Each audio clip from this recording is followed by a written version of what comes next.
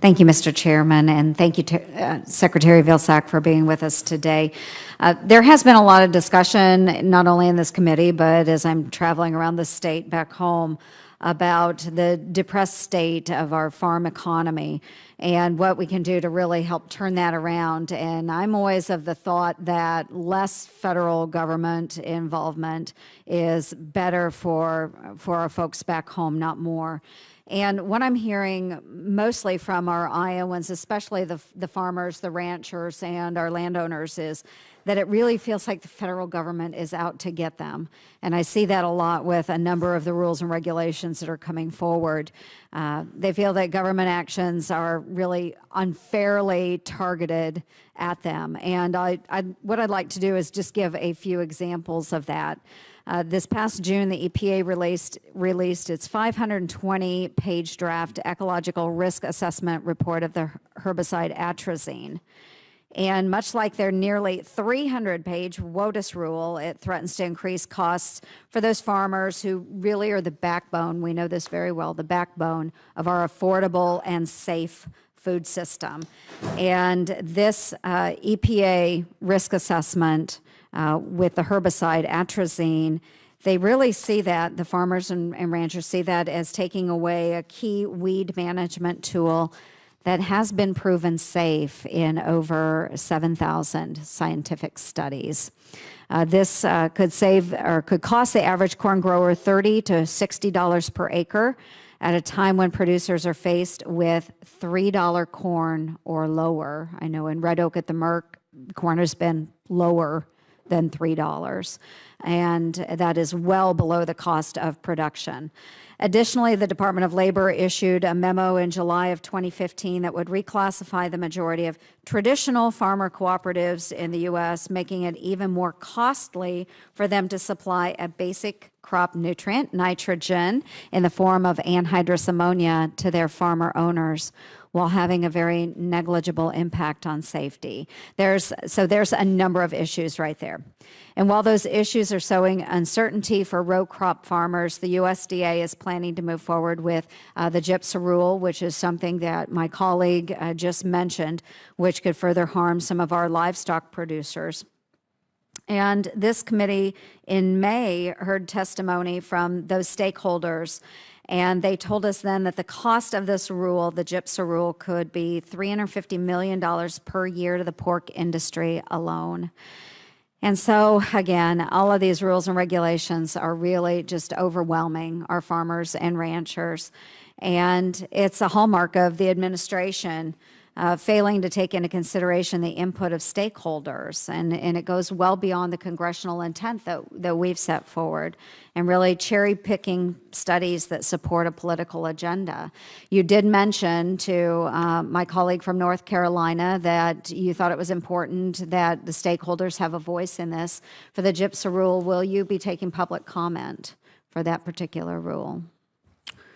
Senator, we'll make sure that we follow the administrative process in terms of what we propose. Since we haven't completed the work, I don't know what the final product is going to look like, but I can assure you that we're not going to put out something that doesn't allow people to review it, understand it, and to give us feedback on it. I appreciate that very much. I'll take that as a yes, because we have seen a number of agencies in the federal government. EPA is a great example where they have proposed rules and regulations, and they're pushed out in the form of memos and other guidelines where they can circumvent public input. That's not going to be the case here. Thank you very much. I appreciate that. We have a lot of stakeholders that would like to speak up on this. And just a little bit more about the GIPSA rule and a story that was shared with me from a young man. He's 22 years old. He and his fiance own and operate a 3,600 head wean-to-finish hog barn in southeastern Iowa, not too far from your hometown of Mount Pleasant. His father was killed in a very tragic accident, but this young man was able to return back to the farm, and he secured financing for the construction of a $1.2 million facility, which is great for him. He entered into a 12-year contract with one of the large pork integrators, And he was able to finance 100% of the project because there was strength behind that contract.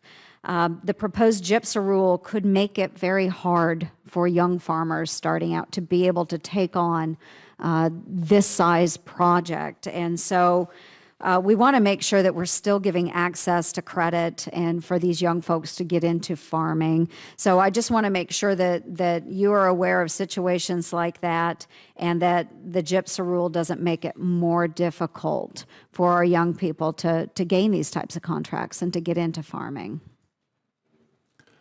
Senator, the only thing I could say is that we stand ready to provide assistance and help to producers. I think I think there's a bit of fairness, if I can respond back to some of the concerns that you raised, and I certainly understand the concerns that you've raised with reference to the EPA.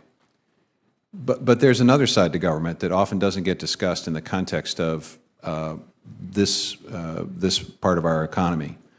It's the credit extension that we do. Over $6 billion, 37,000 producers have received credit from the government that might not be able to have gotten credit from a bank without government assistance and help.